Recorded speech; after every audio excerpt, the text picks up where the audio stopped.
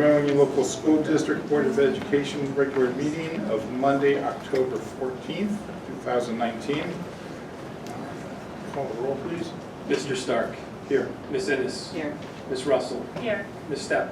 Here. Mr. Haberman. 4 members present. Okay. First up, we're going to have a little presentation by Justin Klingsar, our treasurer.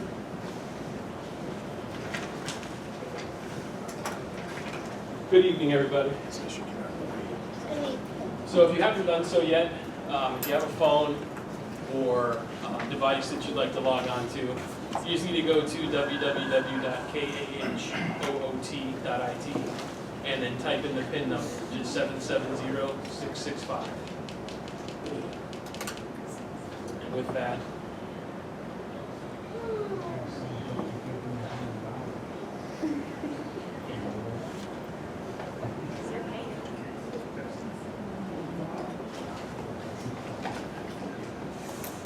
we got everybody there? All right.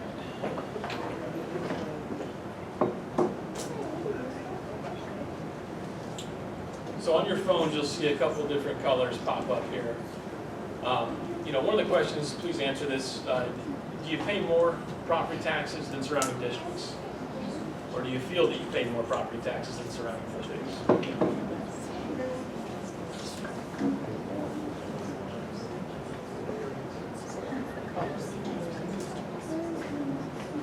And so the red one says we pay less than most districts, blue says we pay more than most districts, and orange or gold there says we pay about the same.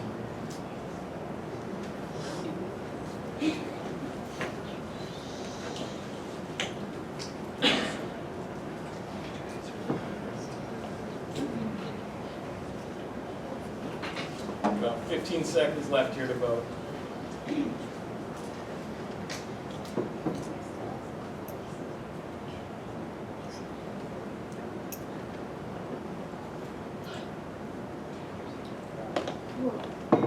Time's up. So what do we have here? 43% say we pay less. It's actually correct.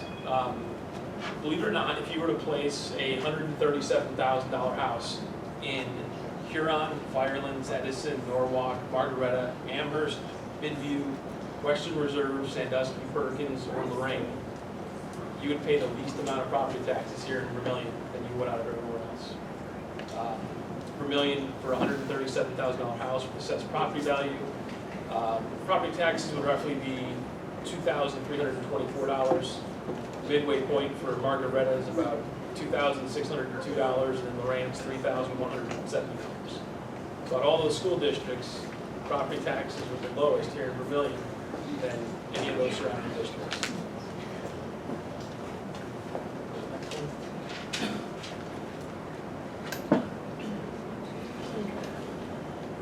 So next question, when is our renewal levy? Is it spring of 2020, fall of 2020, spring of 2021, or never?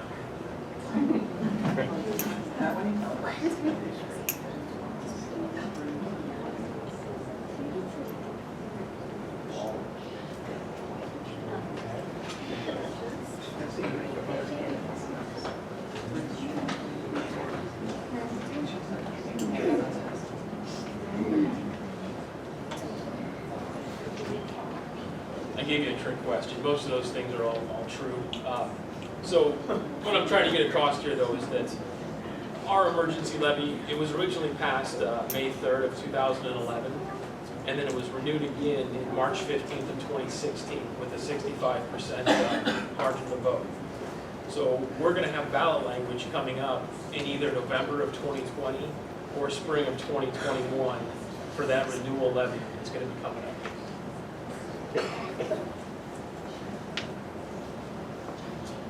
A renewal levy increases my property taxes. True or false? Or maybe?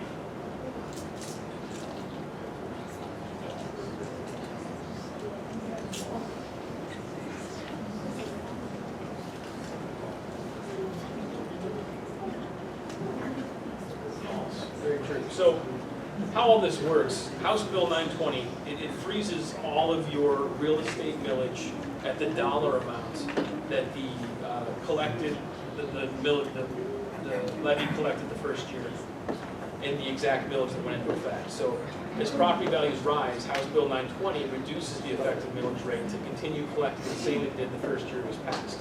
So our renewal levy is going to collect $4.25 million no matter what your home values are. It's going to collect that same amount. Now, the one thing that you will see, some people might end up paying a little bit more, some people might pay a little bit less. In the end, though, the school is still collecting that $4.25 million. It's just based on how your house was assessed from the county owner. And then the last question here. How much revenue does our renewal levy generate? Is it less than 10% of our operating budget? Is it between 10 and 15% of our operating budget? Is it between 15 and 20%? Or is it greater than 20% of our operating budget?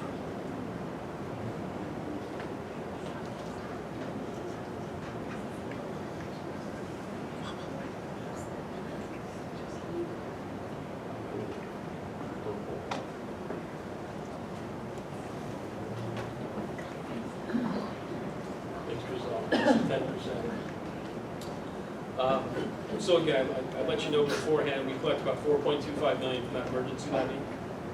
Our overall budget's around $24.5 million, so that's going to equal right around 17.5% of our operating budget. So this renewal is pretty important. It's 17.5% of our operating budget. And that is all I had. I want to keep it short and sweet before we got to the kids here. So does anybody have any questions for anything? All right, we'll get to the important stuff then.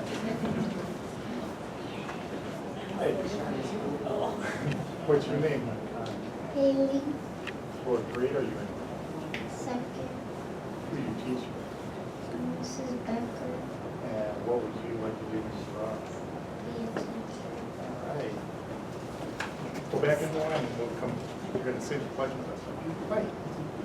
Ashton, And what grade are you in? first grade, Who's your teacher? Mrs. Dollars, And what do you want to do when you grow up? a football player, All right. Move back over. Hi. What's your name? Sabrina, What grade are you in? first, Who's your teacher? Mrs. Free, And what do you want to do here? be an artist. Hi. What's your name? Douglas, What grade are you in? third, Who's your teacher? Mrs. Parker, And what would you like to be? construction worker. Hi. What's your name? West, What grade are you in? kindergarten, And who's your teacher? Miss Boone, And what do you want to do? builder, All right, you guys get together here. What's your name? Lexi, What grade are you in? first grade, Who's your teacher? Miss Karen, And what do you want to do? I want to be a hairstylist. What's your name? Cameron, And what grade are you in? first grade, I got a couple. What's your teacher's name? Miss Sprinkle, And what would you like to do when you grow up? be a teacher. What's your name? Oliver, And what grade are you in? first grade, So who's your teacher? Miss Schultz, And what would you like to do when you grow up?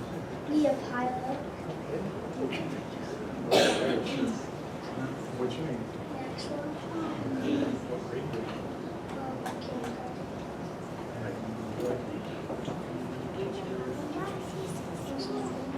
And what do you want to do when you grow up?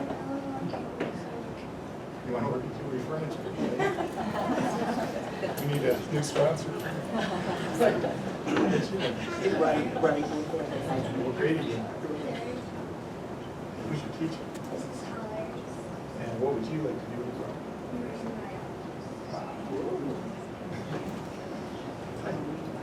What's your name? Brenda Greenhill, And what grade are you in? second, I mean third, Okay, let me jump in. What is your teacher's name, please? Miss Dobinson, And what would you like to do when you grow up? feed animals, Okay. Hi. What's your name? Brantley, teaching? Miss Lutz. And what do you want to do when you grow up? Be a soccer player. What's your name? Avery. What grade are you in? Third. And what's your teacher? Mr. Olson. And what do you want to do when you grow up? Be a dentist. Okay. Hi. What's your name? Kayla. What grade are you in? Second. Who are you? Mrs. Pitts. And what do you want to do when you grow up? Be a teacher. Yeah, lots of teachers here. Hi. What's your name? What grade are you in? And who's your teacher? Mrs. Love. And what do you want to do when you grow up? Okay. You guys ready to help us with the pledge? Okay, if you all stand, we're going to have the students help us say the pledge. Oh, you went up, right? Ashley went. Yeah. Did you go? Yeah. Okay.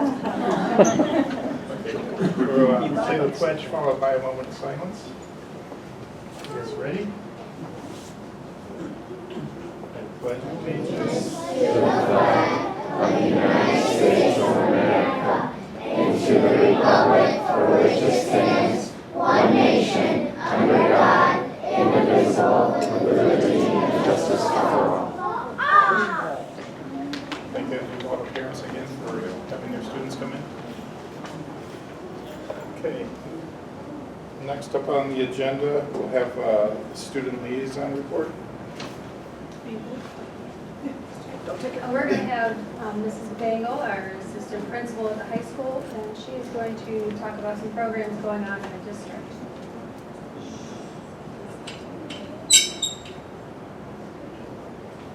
Good evening. Can you guys hear me okay? So I thought I'd first just start by going over district-wide what we're doing. Right now, we're receiving a lot of training in all buildings. There's teachers and administrators from each that are involved in MTSS, which stands for Multi-Tiered System of Supports. That focuses academic supports and behavioral supports. Academic-wise, you'll see that we are really emphasizing literacy, and for behavioral, we're also doing a lot of training with PBIS, which stands for Positive Behavior Intervention and Supports, which is also social emotional learning, SEL, so acronyms, you know, can't escape them in education. So overall, those are our focuses, the focus this year. And VES, the theme is VES CAN, and Mr. Moliere is here if you want to expound on any of the good things that you shared with me. The family reading is really being emphasized. Family board games are sent home instead of doing those mundane reading logs and kids coloring in every time they read. Families are being encouraged to participate in reading at Ritter Library. Our very own VES teachers are volunteering once a month on an evening to read stories on Tales with the Teacher. So that's an exciting literacy program that we're doing. There's brag tags that are being shared with families, and then students are bringing those in. Classroom teachers are sharing all the good things that their students are doing outside of the classroom. And you're having monthly assemblies, which is including Sailor Way and high school staff, so they can see, the younger students can see all the things that they have to look forward to as they become older and are a student within our district. At Sailor Way, they just celebrated last week having 200 students, over 200 students that have perfect attendance so far this year. So that's quite an accomplishment. This year, students are divided into houses, kind of like Harry Potter, which was based off of trainings last year that some of our staff district-wide attended at the Ron Clark Academy. And that's to build team building and camaraderie between all students in the building. They're really excited about their life skills class. They just got done with some basic sewing, and then they did baking, and now they're moving into cooking. And they are, as a whole school, reading the book Restart. So those are some great things that are happening at Sailor Way.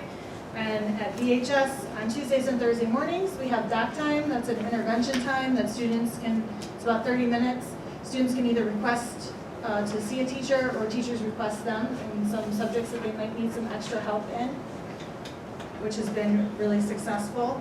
We're getting the kids outside after lunch, and we just extended our backpack program to send home some food with some students in need every Tuesday, which has already been established at VES and at SMS, but now we're continuing it on through the high school, which is a good program.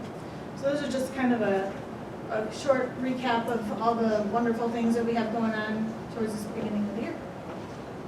That's Any great. questions? Thanks, Jen. Matt, do you want to add anything? Since you're in the house? No, you did a good job. That's going on. If anybody has any questions, we have to answer. Thank you. Thank you so much. Okay, next on the agenda, we have the legislative report. So I just have a couple things today.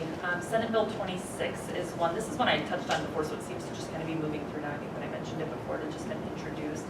It has now been passed by the House, and so is, I believe, going back to the Senate now. This is the one that permits teachers to deduct from their state income taxes up to $250 for out-of-pocket expenses for classroom supplies and professional development. So that's moving through. We'll see what happens when it goes back to the Senate now. And then the only other one that I found is Senate Bill 134. This one has just been introduced. There's been a couple hearings so far on it. This is one regarding school buses and school bus safety. Would increase fines for improperly passing a school bus, would also allow cameras on buses, and then the video to be used as evidence, should these people be charged for violating school bus laws. And then there's also something in there where it would provide grants for schools to purchase and install external cameras on these school buses. So think about that and see what happens with that. We have external cameras on the cars. We have internal cameras, but not external cameras. We've got voice and we've got the camera. And they're, on our new buses, they've got them, actually in all the buses right now, you've got them in 3 locations. At the head of the bus, the middle of the bus, and the end of the bus. And we upgraded then our cameras. We took some of the newer cameras that were on the older buses, moved them to, and shifted them around, and then we got the newer buses, obviously they come already equipped, so we're in pretty good shape with all the cameras. Do we have, I know we see it on the news where people pass buses when they're not supposed to. Do we have any big problem with that? Occasionally we'll get a random report about that. It's not a huge epidemic, but our drivers are really good about that. They'll get a license plate and police will follow up. And it's rare that happens, but when they do, the drivers call it to the attention of law enforcement, and luckily we've got a pretty active law enforcement that are out there during the time that the buses are rolling. So they will give tickets, obviously, and follow up with whatever the drivers are telling them, because the drivers will always get a license plate number if something like that happens. Good. The statistics were interesting, so looking at how often it happens. They surveyed some of the bus drivers and asked them for their input on how often they've been seeing it. It was pretty surprising, so I think that's what kind of brought this on, the need for it. I could see it happening on Liberty, where you've got 4 lanes. Sure, yeah. But, There is, the front camera does catch some of what goes on right by the door, but it doesn't go down the length of the bus. we'll have to keep an eye Get some on it to outside. see, maybe we could get. If the grants, yeah, because there's grants involved with it, it said something about setting aside $500,000 appropriations, something along that line, and then putting that out as far as grants goes, that the schools could utilize to get those external cameras on the buses for that reason, so. Do it on the ones that are. On the busier on roads. busier roads. Yeah, Is that all? that was it. Okay. Next up, we have public participation. If there's anybody that would like to get up and speak. Okay, moving on, we have the reports. First up, we have Superintendents Report.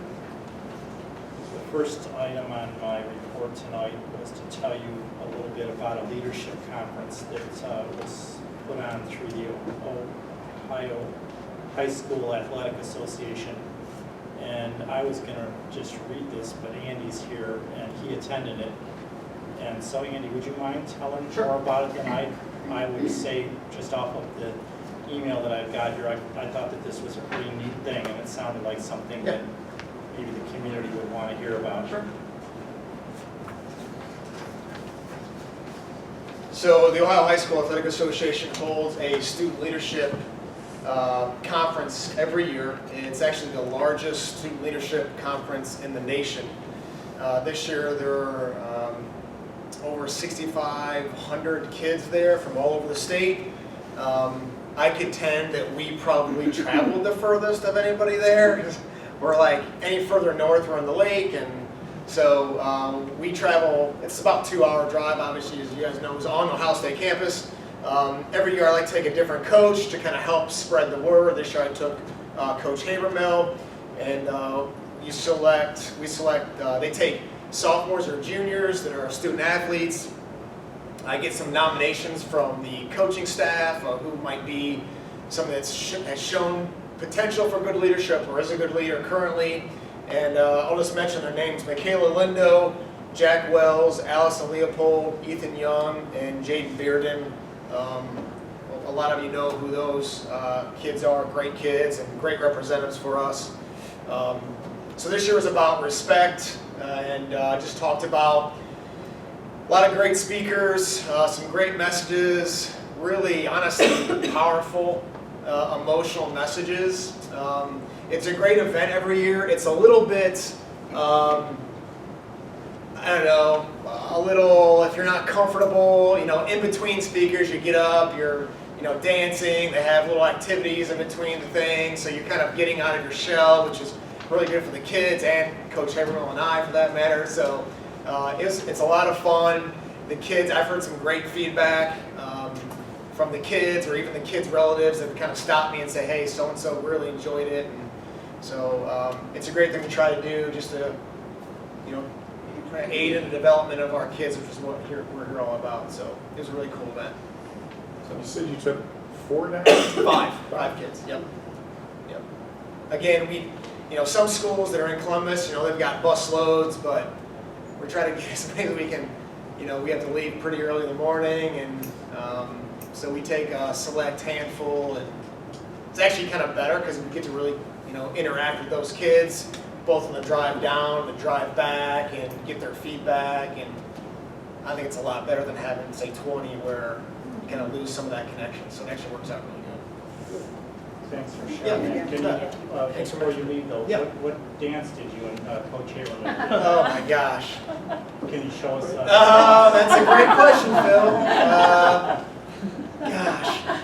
So you Can't see There are these, you had to it was about respect. So you, not necessarily dance, but you're, high-fiving the person in front of you and look in the eye and say, "You matter, you make a difference," behind, left, and right, and kind of reinforcing some of those things. So you're not going to do. There were some line dances involved. I'm not a huge line dance fan myself, but the kids seem to have a great time with it. So, All right. anyway, Thank you. Yeah, thanks. It's on camera, so we don't want to. Okay, I'm gonna skip a little bit on this. Bonnie, I'm gonna bring you up last to do the report on the report card. So I'm gonna skip the food trucks, and then I'm gonna do one other short report on crisis team that I don't have on here, because I just want to do a quick short report on that too. So let me tell you a little bit about the food trucks. We started putting a food truck out by the games, football games, and tennis matches, soccer matches. And it all started off with Andy and the athletic department thinking that that would be a good enhancement for the fans, just an additional experience. And I think the thought of it was good, but as we went a little bit further, we checked with the city and we wanted to make sure that we were in compliance. So before we did this, we checked with them and we heard that it was okay from the city. And then there was a little bit of confusion, quite honestly, between the city and us, and it did seem like for a while there that maybe it wasn't going to be possible for us to have those trucks on our property. They are giving us a percentage of what they make from the trucks.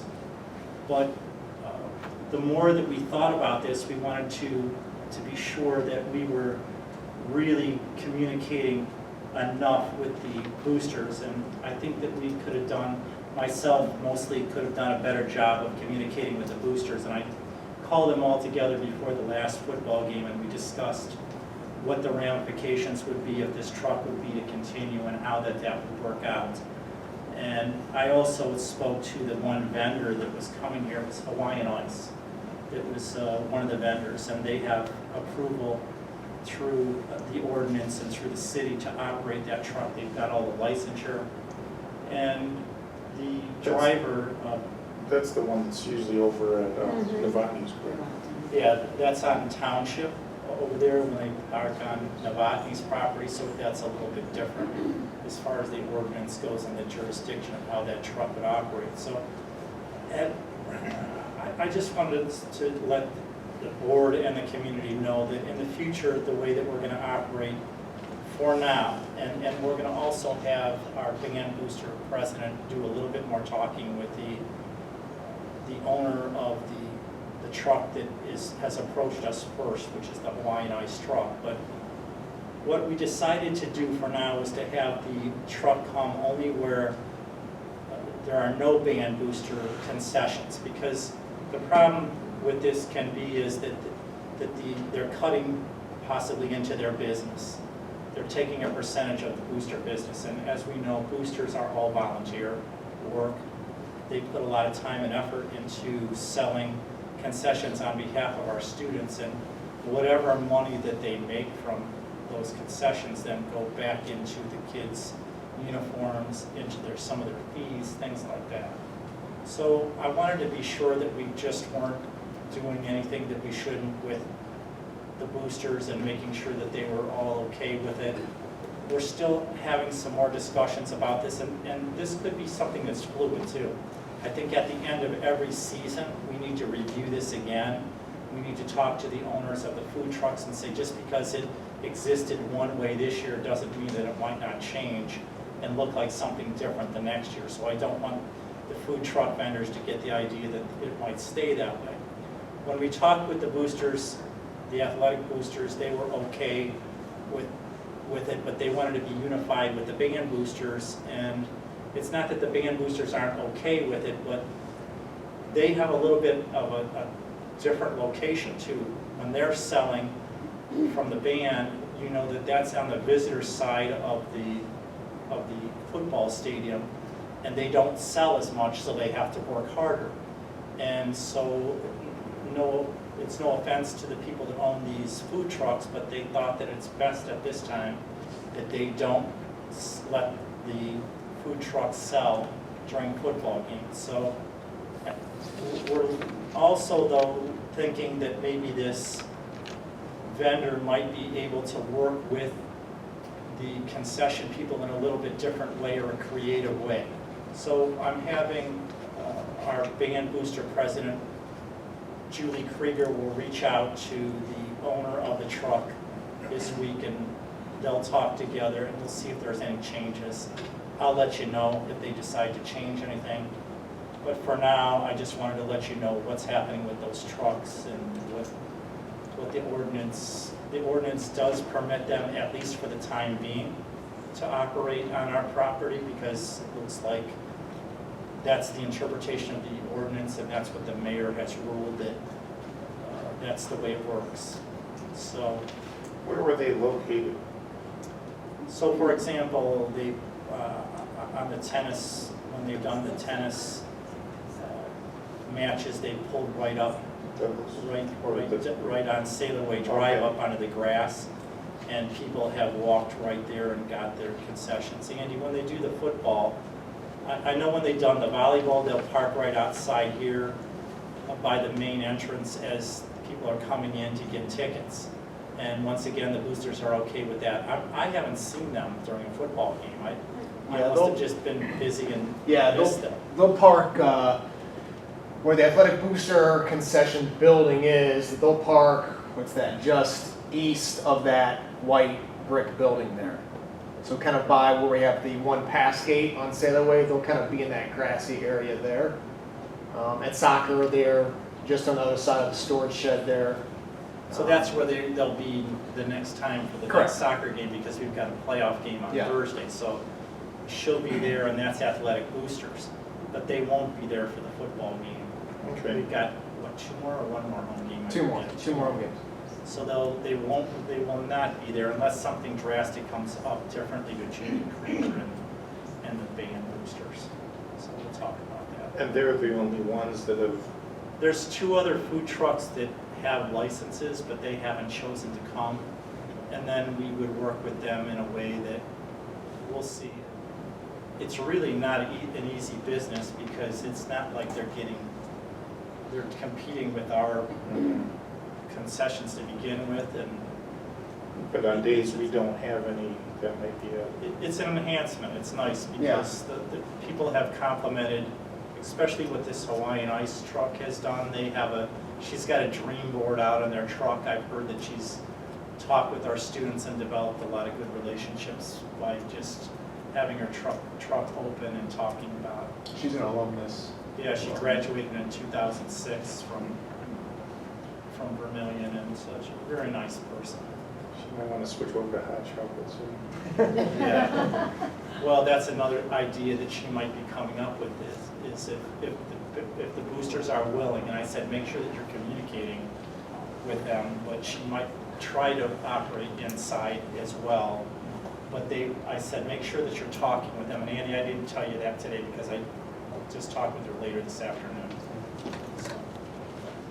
So that's just keeping you informed about what's going on with those food trucks. Another thing that I just want to really quickly bring you up to speed on is what we're doing in the crisis team. There was a major drill that we had last week, and everything went smooth. We had a new location. The Congregational Church opened up our doors to us, and we had to use that as a new location. We were using another location that just wouldn't work for us in the future going forward. So we did use the Congregational Church, and that worked out well. The drill went smooth. As you know, these unfortunately are times when we have to practice mass evacuations in the event that something would happen in the school district that we would never want to see happen, but we have to practice. You might have read in the paper recently that Amherst has done a major drill, and they did it as a county-wide support service drill. We met with our team again today, and we talked about needing to do that, or we should do that here too, because we're dealing with 2 counties, and there might be some things that might need to be coordinated between the 2 counties. And so we'll work with the county, both counties. We're going to get the drill done here.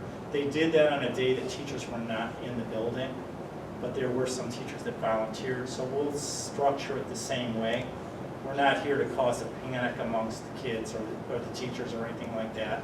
It was pretty intense if you watched some of the video, but there was a lot of positive publicity about it, because I think that they appreciate the county and the parents and everyone involved, the fact that we're talking about these things, and in the event that, and it doesn't have to be some sort of an attack on the school. It could be a tornado. It could be a whole variety of things that could happen that all are emergency related, and we want to be as prepared as we can be. So we're also working with we've had our door alarms installed. Those are all up and running. They became up and running. Denise, did those get up and running at the middle school today? Did they start? No, I talked to John from Safe Harbor.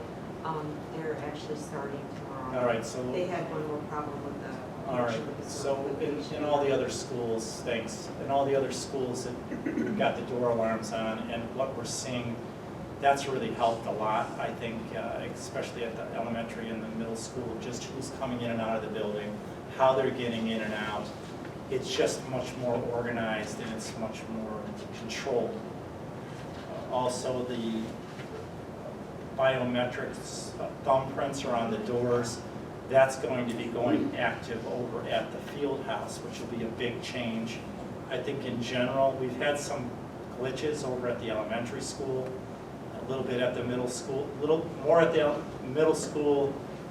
Everything's run pretty smooth here at the high school. Denise and her team and James Williamson have been working on getting the glitches out of that.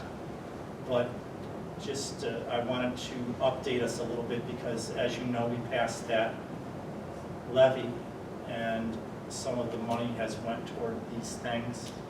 And so we're working on all of those things. So just a quick update for that. That wasn't on my agenda. And now the last thing that I was going to talk about was the report card. Overall, the district grade for the school report card, school district, was a C. There's a lot of components that go into that. And as you know, Bonnie has come from the elementary school and has joined us in central office. And part of her job is to do some data and accountability. And she's going to break down some pieces of that report card. I can tell you that in the 10 to 12 minutes that she's going to cover it, Bonnie could easily spend 3 or 4 hours just on a portion of this and not cover it all. So she'll give you an overview of this, but there's a lot more to it. And her office is open. My office is open. Jim Bellata is there to answer any questions. If you have any other questions too at the building level and you want to talk to a principal, they'll certainly be able to help you, or an assistant principal as well at the middle school or the high school. So Jen or Bobby will be able to help you, as well as Lisa and Beth. So Bonnie, if you could just give us that overview, that would be great. Thank you. Okay, thanks, Phil.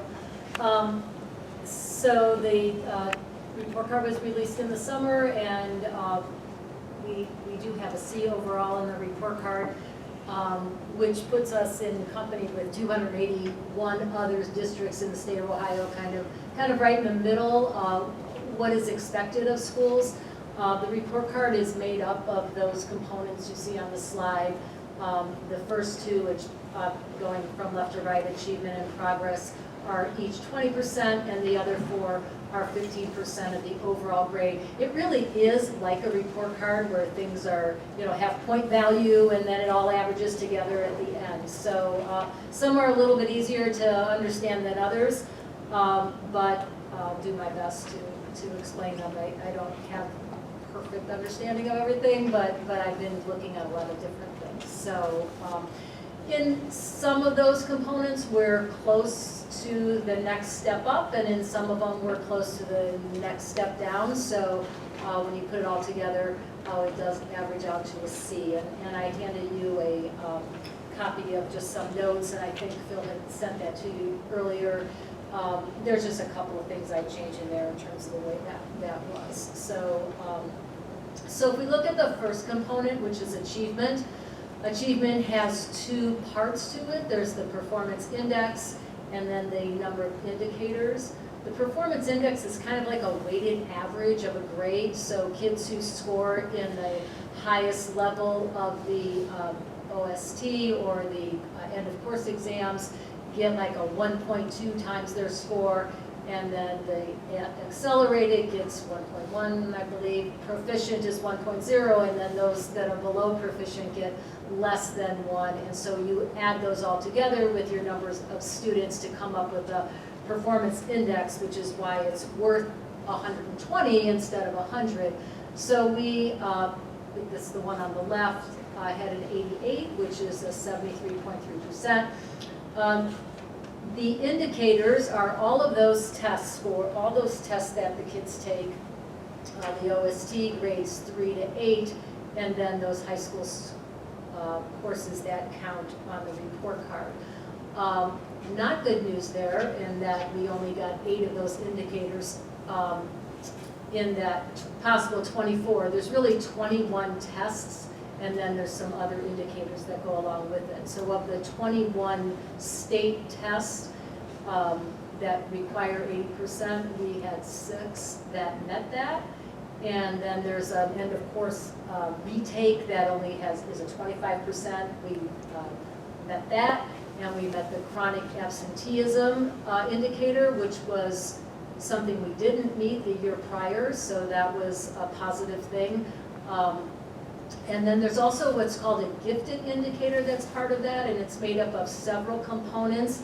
And we were like right there on that one, and I think just some things that we do here could absolutely change that, just the way we count kids and in the way we look at that. So an F never looks good on anything, so the performance index, though, actually has more weight than the number of indicators. If you can see the fine print on that bottom box, the performance index is worth 75% of the achievement grade, and the indicators are worth 25%. So you are rewarded for kids that do better than what is kind of expected at the proficient level.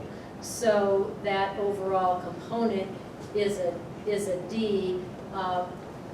It's not a, you can see that 2.063, if you can see that, is like the point value. And I can tell you to move to a C, you needed 2.125, which isn't that far off to get that component grade for achievement. Okay. Then, and again, that is the is 20% of the overall grade. So then the next one is progress. And progress is kind of synonymous with value added, which you hear a lot about. This has to do with an expected growth that the state expects, and then our kids meeting that growth. And it looks at all of the kids, that's the overall, and this is for your your state test scores. It looks at 4 groups of students overall, so everybody, and then your gifted students, and then the students that are in the lowest 20% in achievement, and also students with disabilities. And it looks at where were they the year before, and then where have they gone in the next year. And this is a really complicated measure, and it includes some data that's 3 years long and some data that's 1 year long, and it's kind of seems a lot like they throw it in a pot, stir it up, and spit out some number that you can't figure out what it really means. But in any case, if the box is red, that means it's below what was expected. If the box is yellow, that means it's up at what was expected. And if it's green, that means it's above what was expected. So once again, our progress was a D based on those 4 different subgroups. And again, overall meaning every kid. That D, I don't think it's on that slide, was a 1.3 points, and you needed 2.125 for a C, so we were pretty far off in that measure this year. And that is one that changes a lot from year to year, only because of the performance of the kid from one year to the next. If it, almost like if they don't make it one year, they might be more likely to make it the next. If they do make it one year, they maybe are less likely to make it the next year. Okay. Again, that one's 20%. Then gap closing is similar in a way to value added, but it really looks at how are kids performing that are in certain subgroups compared to how everyone is performing, and in comparison to what the state has us do. So it also looks at English language learners, which we don't have enough of that population here to have any data for that. So on the left side there, that's the language arts. The red dot is actually what the state expects, and then the length of the bar is how we did. So you can see we did pretty well in a lot of that gap closing. That bottom bar is the group of students with disabilities, which is always, as you would expect, a difficult group to meet that. So the state puts different levels of expectation on different groups of kids. And then the one below is the math, which looks pretty similar. And then in the middle is graduation rate. So all of our subgroups have met the state's expectations for graduation rate, which is a good thing. That second to bottom bar is economic disadvantaged, and you can see that those kids have done well. in that subgroup in comparison to what the state is looking for. They have done well. Actually, the group that has not done, as it's like right on the cusp, it just missed it, was the subgroup of students who are white and non-Hispanic. So that is our largest population of kids, and also the highest expectation in terms of their what that gap closing would be, like how well are they performing compared to what that is. So this was also called AMO on other report cards. They're related. They're not exactly the same thing, but that's what that number is over there. So an 80% would have made that a B. So again, not too far off on that one. Okay, and now for some good news. The graduation rate is, this component is made up of looking at kids who graduated in 4 years and kids who graduated in 5 years. I believe it's a 60-40 split, so 60% for the 4-year graduation rate and 40 for the 5-year. So we've done really well there compared to similar districts, compared to the state. We're doing a good job of getting kids their diploma. We have the workforce development program, which aids in that for some kids who really are not traditional learners.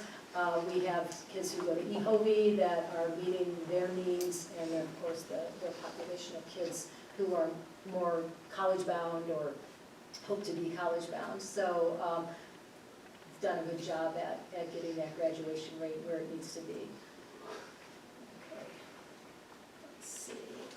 Improving at-risk K-3 readers. This was called early literacy last year.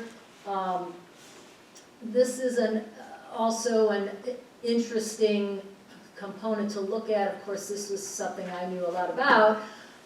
Students are tested by the end of September and are determined to be on track or not on track for reading at grade level for grades K to 3. And you as a district can choose what test to give to decide on that. There's some to pick from, but in my tenure as the principal, kind of went back and forth between should we use AIMS, which is more of a fluency measure, which is an accepted, or our MAP test, which is a little bit more whole test. And so we've gone a little bit back and forth on that. Matt and I have talked a lot about maybe how we could maybe make a better choice to improve that number.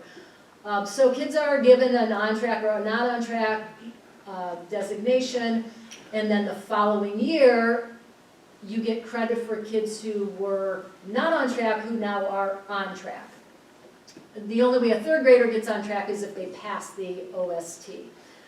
Then, that little equation there, that's a subtraction sign after 32 students move to on track minus, it says 16 RIMP deductions. And those are 16 kids who in the 3rd grade started the year on track but didn't pass the test. That's a big whammy kind of on this measure. So I know this year, by changing the test, the number of kids on the RIMP, as it's called, the Reading Improvement and Monitoring Plan at the beginning of the year, is a lot higher than it was last year. So that maybe won't happen in that way, but it's kind of a crapshoot, as to which test is going to give you the best results. The real thing is that we need kids to be able to, to be reading and to be on track, and are we using the best measure that's out there? So we're going to look harder at that.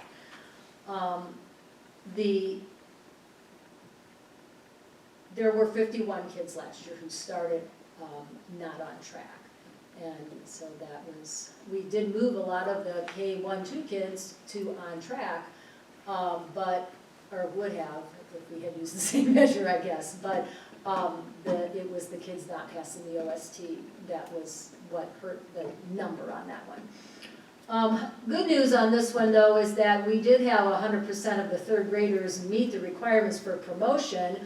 So if they didn't pass the OST, they could pass on an alternate measure, which was the MAP, and every one of the last year's 3rd graders did that. but only 76.9% were actually at the proficient level. Interesting, just as a tidbit, to be promoted, you don't have to be proficient on the OST. The number is lower than that. So a lot of kids met that based on that value, which is 672, but they didn't meet the 700 to get the indicators. So I'm sure your eyes are glazing over right now thinking about that. But anyway, but they were pretty close. That was pretty close to being a C. I will just say that. Okay, the last component is probably even more confusing. I really didn't know much at all about this, so I learned a lot when I was looking at it. But Prepared for Success looks at 2 graduating classes, so the 2017 and the 2018 graduating class, and so that cohort, that was 361 students. And then it looks at some areas to determine whether they are indeed prepared to be successful when they leave high school. So on that graph, the biggest graph there, it shows several things, but the things that count are the ACT remediation-free values. So students take the ACT, and did they meet a score that is determined to mean that they won't need remediation when they get to college. And same thing for SAT. And so kids get points for that, kids can get points for the SAT. There's honors diploma there. If they earn an honors diploma, they get points. And then the next one is the industry recognized credential, and that is a list of 400 and some certifications that students can get that they could walk out of high school with saying, I have the certificate, I took a course, I took a test. Those students are all at EHOBE that have that. And then they can get bonus points for advanced placement test scores and also enrolling in college courses. They can only get 1 point. So if you have a student who does really awesome on the ACT and earns an honors diploma, and maybe they went to EHOBE and they got some industry credential, you get 1 point for that kid.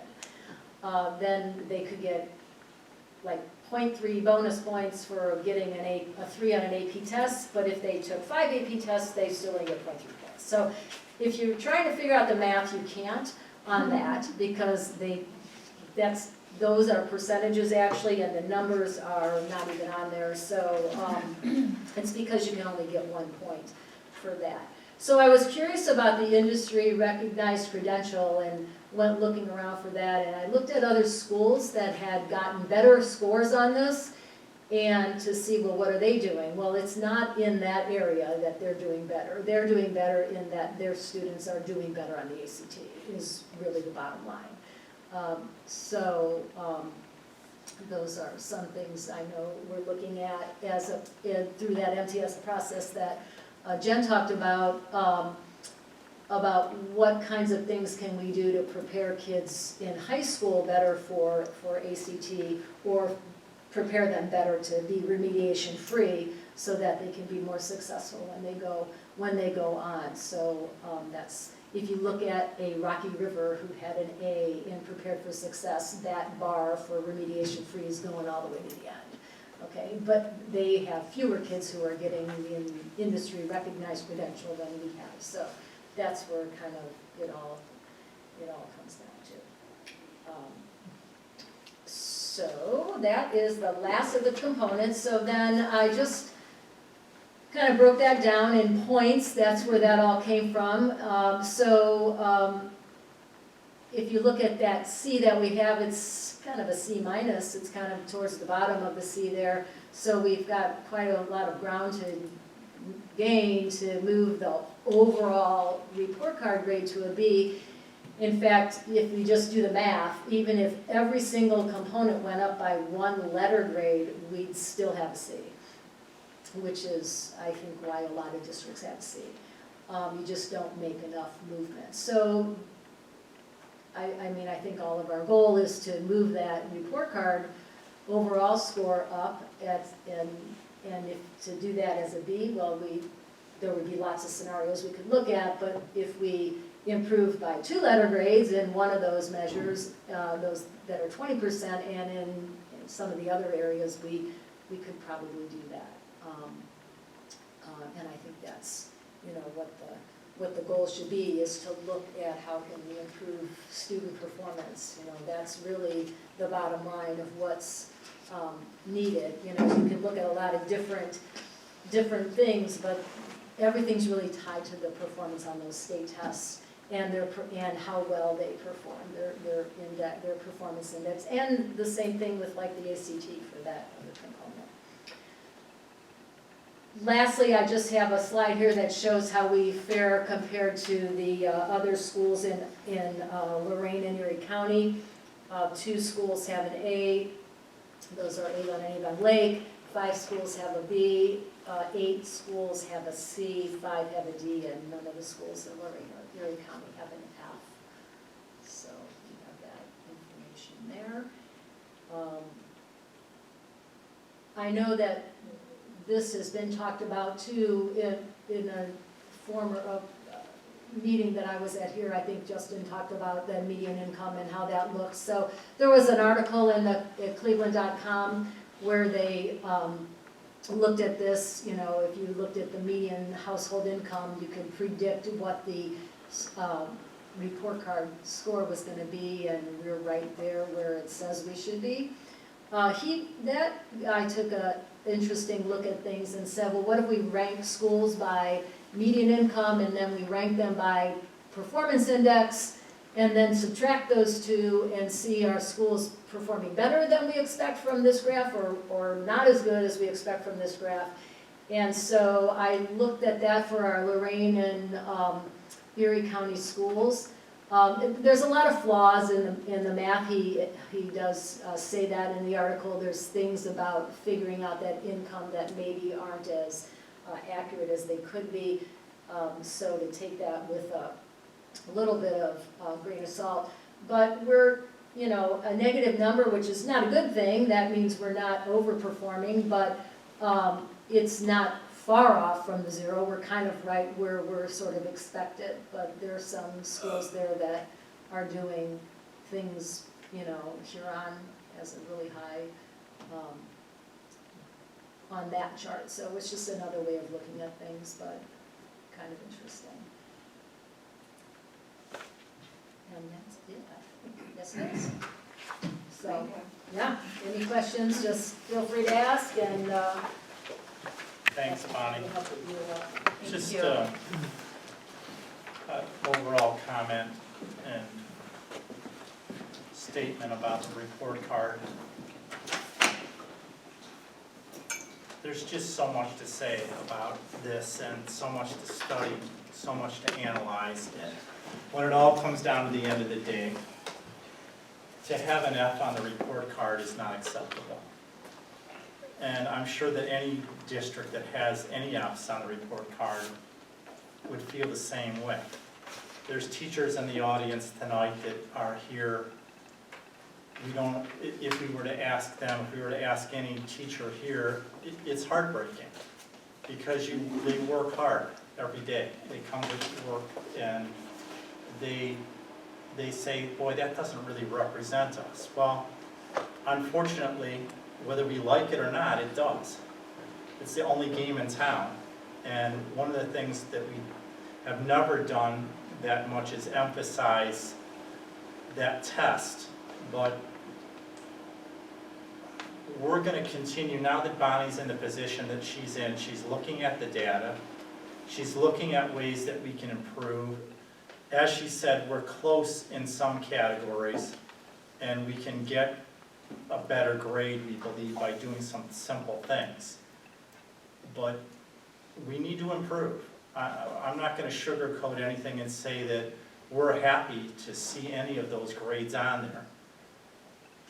We're still the same. We've got a C that we had the last year on the report card. Overall, it's a C, but that's nothing to brag about either. So we've got more work to do on this. I do believe, though, that I'm not saying that you should overlook the report card, but we know that our schools are more than this, too. I think overall we do a really good job, and we're proud to have our community to come into our schools to show off what our teachers and our students do, but we'll work hard and we're gonna really examine this and see how we can do better. So it's just a general statement about it, and not making excuses. And though there are some good things, as we all know. It's disappointing that whenever you see a D or an F, how could you not be disappointed to see something like that? Of course, I think we've always thought that we don't want to train them just for the test, you know, so. Yeah, no, we don't want to teach to the test. And when you really want to analyze this and break it down, what's the most important thing, and Bonnie and I have talked about this recently, what we have to be paying the most attention to is how well do our kids read? If they're not reading well, everything else in their life breaks down. And that's why it's so important that we concentrate on what we're doing with that aspect of things. And I have a tendency maybe to oversimplify things, but I don't think I am in this case. If our kids can't read well, and there's too many of them that can't, then we're failing them somehow, and we've got to find a different way. And that's what we're going to have to work on with Bonnie and the principals at every building, and the assistant principals, and say, what are we doing in this regard to make those kids to read at grade level? It has to be if we've tried something that's not working, then we're going to have to find something else. Because that, in general, if they can do that well, all of those grades are going to come up somehow. Not somehow, they just will, because that test is based on their ability to be able to read. And if they're not doing that well, then why not? And that's what we're going to analyze, try to make it as simple as we can, and then just stick with that message. So that's my goal this year. And you know that in my goals I've written in, which I haven't done in the past, more oriented toward that report card. And that's not to say, as Mike said, that we're going to emphasize teaching toward the test, but we're going to have to pay more attention to what does go into that test. And I think it's as simple as emphasizing the reading aspect of teaching. Everything's got to center around that. And how do we improve that? It's a big task, though, because our socioeconomic factors have changed. We're doing this multi-tiered system of approach. We're looking at the social and emotional learning aspect of things. I have no doubt that since I've been in this district, the makeup of our kids have changed. We're getting more and more difficult students to work with. That's a fact. I know, I see the change. That's just not a feeling. It's a fact. And you could ask any teacher that works in this district, how are the things looking? What kind of students are you getting? We're getting kids that have many more social and emotional needs than we've ever had before. And that's not easy, because when you get those kids in your room, you have to adjust. And you have to be able to work with them in a way that gives them attention, but not so much attention that you're ignoring the others. And it's a skill set. Our teachers are really working hard to get those skill sets, and it's hard though. And I'm not complaining, we're not whining, we're not making excuses, but those are the facts. And we've got to do something about it. And we're working towards it, we're working hard to try to fix it. So. I have a question. Map test. I see my child's progress throughout the year, and I know their scores. The state testing, that's not possible. They don't give you the individual child's scores. I don't think I've ever seen like what my child. So the way I understand it, Bonnie, you use the map test towards this as an indicator to the test, so you could explain better how that works. Well, they only take it once a year, right? Except third grade takes the fall reading as well. And a family report goes home. Maybe I don't remember. Maybe. I mean, a family, but You wouldn't get it until the following year. Right. So they take the test in May, or late April, early May, and then the results come back in the summer, and then that report goes to parents in the fall. And it explains, but it's kind of old news by then. Right. Yeah, we Yeah, can that's- complain that's all not- day long about that, and that is the really doesn't, it Doesn't make defies sense. everything Yeah. that makes sense about teaching. When you teach and you assess, you want to be able to give the kid the assessment and tell them what the results are tomorrow, the next day. Like that math We're test is giving it wonderful. months and months later. Yeah. And what good is that? But that's, once again, the way that this game is played. And we have to play by those rules, whether we like it or not. And we'll just have to do better. But really though, that's what Bonnie and I have been talking about. We need to do more assessments. And you don't like to, it doesn't necessarily have to be a formalized, formal test all the time. But there's ways that she's going to be looking at that we can assess, know what kids are learning, and especially know that they're reading at the level, at the grade level. If they're not reading at a grade level, and we've got a kid in 5th grade that's reading at a 2nd grade level, but we passed that kid, then what's happening? How is that happening? And then when they go to take that test and we're not getting good results, then what happened? Where's the breakdown here? So there's just so many factors to this. So that's our report, for the superintendent's report tonight. Thank you. Any last questions? Thank you. Okay, thank you. Next up on B, we have the treasurer's report. Recommend a resolution to approve the financial report for September 20th, 2019, and that is attachment A. Yes, second.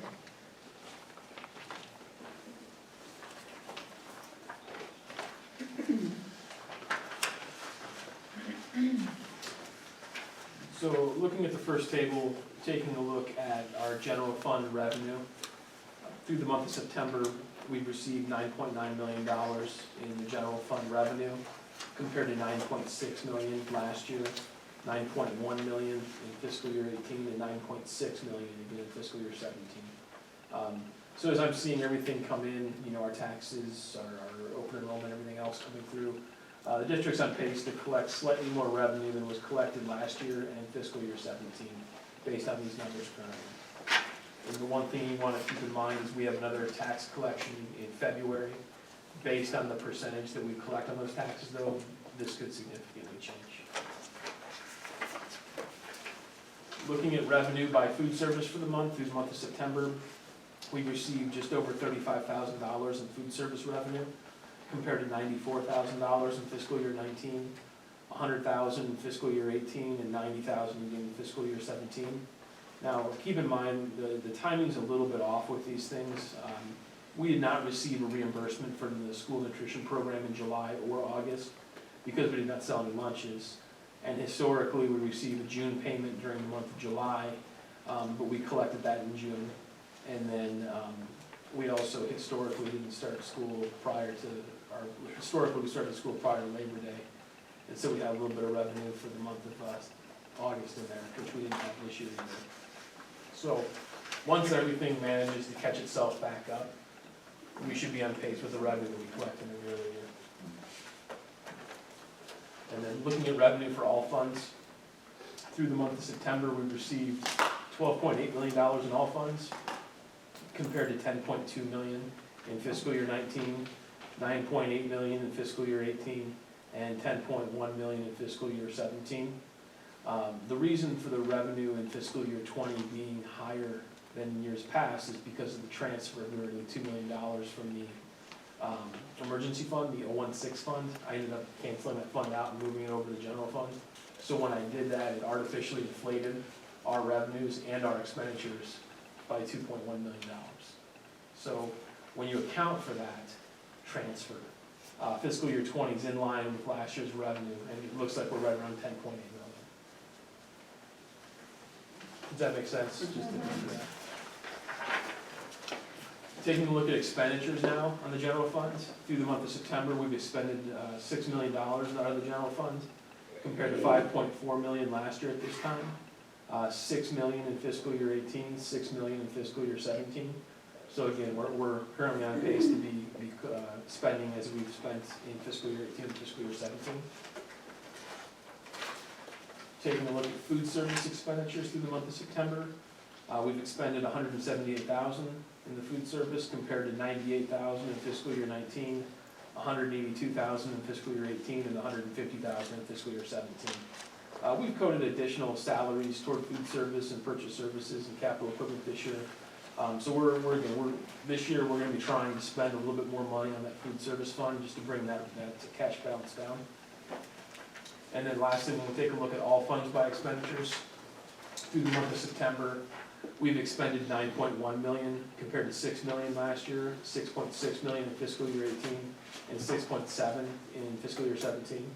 And again, the difference between that 9.1 and that 6.6, 6.7 is that $2 million transfer that we did. And then we've also had a pretty large increase to our health insurance premiums as well. Lastly, we're going to take a look at cash.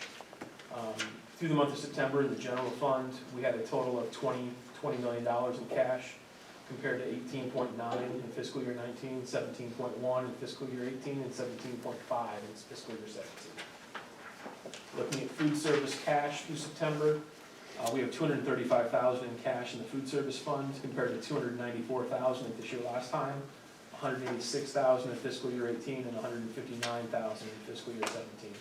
So again, we're going to keep trying to code as many salaries and as many things as we can to food service according to the USAS manual that allows us to bring that balance down a little bit. And then when we take a look at all cash through the month of September, we have a total of $23.2 million in all cash compared to $22.2 million last year at this time, $20.7 million in fiscal year 18, and $20.9 million in fiscal year 17. And then lastly, we want to take a look at our investments. Last month, we collected just over $37,000 in interest from our investments. Through September, we've earned a total of $89,150.29 on interest compared to $72,631.02 last year, which is a difference of $16,500 or 18.5% more in interest this year than we had this time last year. Any questions? Call roll, please. Mr. Stark? Yes. Ms. Innes? Yes. Ms. Russell? Yes. Ms. Stepp? Yes. Motion approved, 4-0. Recommend a resolution to accept the following donations. $1,000 from Great Midwest Sports for the Sailor Support Calendars, $2,019 from the Erie County Community Foundation, $250 from Cynthia Farrell to the VHS swim team, $73.43 from anonymous donor to repair a bass clarinet, and $126.74 to girls soccer, and $5.70 to athletics from Jen Paris for Hawaiian Ice. I'll second. Any questions? Call roll, please. Ms. Innes? Yes. Ms. Stepp? Yes. Ms. Russell? Yes. Mr. Stark? Yes. Motion approved, 4-0.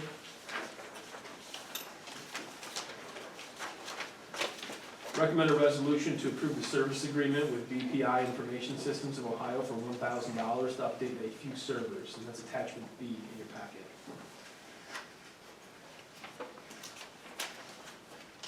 I'll move. I'll second.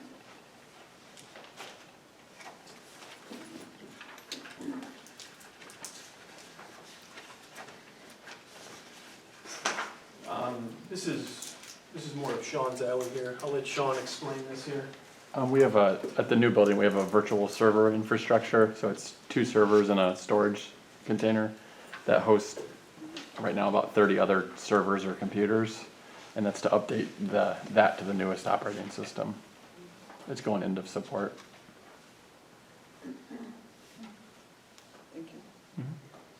Any questions? Call the roll, please. Ms. Step, Yes. Ms. Russell, Yes.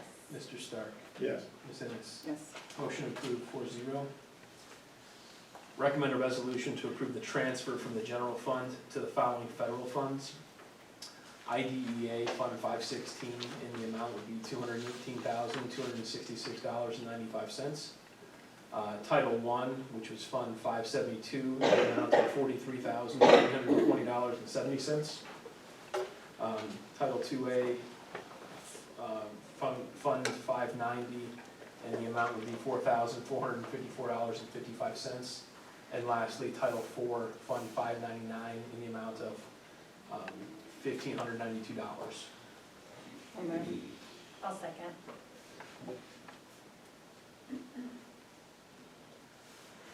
So this is just me cleaning up the books for next year's audit. What I do is, I make sure that for our appropriations for the year, we have enough starting in June 30th to appropriate the amount of money that we have at the time. And then we have a certain budget in our CCIP. I let that thing run all the way through because the federal schedule runs September through September. And basically, I just let this run negative, and then once the federal schedule ends, I'll just transfer the money back to make everything zero out. It doesn't change anything as far as interest. It won't change anything on those cash balances that I've already read to you. Everything stays the same. It's just our general fund will decrease by this amount. But our all funds are the same amount there. Any other questions? Call the roll, please. Mr. Stark, Yes. Ms. Russell, Yes. Ms. Stepp, Yes. Ms. Ennis. Yes. Motion approved 4-0. Okay, next up, items for discussion. Is there anything that?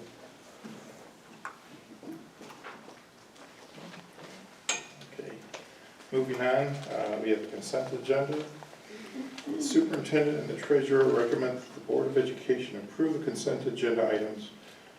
Actions by the Board of Education in the adoption of the consent agenda means that all items are adopted by one single motion unless a member of the board, the treasurer, or the superintendent requests that any such item be removed from the consent agenda and voted upon separately. Number one, minutes of the September 9th, 2019 regular meeting, attachment C. Number two, adopt revisions to the following district policies and accompanying guidelines as recommended by Neola for second read. Policy 1615, attachment D. Number three, approve the non-union central office handbook, attachment E. Number four, approve the Sail Away 6th grade trip to New Outdoor Education in Perrysville, Ohio, December 4th through the 6th, 2019, at a cost per student of $160. That's attachment F. Number five, approve the addition of hemp as a substance that is not allowed in our buildings under a safety code of conduct to the Vermillion High School Student Parent Handbook. Number six, approve the payment of $125 to Mark Pochar as a tournament manager for the freshman volleyball tournament. Number seven, approve the following employment actions. Letter of resignation from Sherry Wolf, bus driver, effective September 27th, 2019. Number eight, one-year classified contract for the 2019-2020 contract year to Samantha Taylor, VES monitor, $10.15 an hour. Number nine, one-year classified substitute for the contract year 2019-2020 as listed. Number 10, one-year additional duties contract for the 2019-2020 contract year as listed. Number 11, one-year supplemental contract for the 2019-2020 contract year as listed. Number 12, certified continuing contract to Allison Scullin. Number 13, one-year certified contract for the 2019-2020 contract year to James McCullough, VHS STEM teacher, level 5, step 10. Number 14, student workers for the 2019-2020 school year, as listed. Number 15, approve Monroe Nail to substitute teach for the first semester, January 23rd, 2019, as required by ODE to substitute for teacher on medical leave. Oh, yeah, okay. Do we have any, anything that needs to be removed? I'll move. I'll second. Any questions? Call roll, please. Ms. Ennis, Yes. Mr. Stark, Yes. Ms. Russell, Yes. Ms. Steph. Yes. Motion approved 4-0. No items were removed. Next up, public participation. Okay. Next, date and location of upcoming board meetings located at Vermillion High School, 1250 Sanford Street, Vermillion, unless noted otherwise. Regular meeting Monday, November 11th, 2019 at 7 p.m. Regular meeting Monday, December 9th, 2019, 7 p.m. And a regular meeting Monday, January 13th, 2020 at 7 p.m. Any problems? No. Okay, next up, recommend a resolution to move an executive session for the purpose of appointment, employment, dismissal, discipline, promotion, demotion, or compensation of public employees, or the investigation of charges or complaints against an employee or student unless an employee or an official or student requests a public hearing. I'll move. I'll second.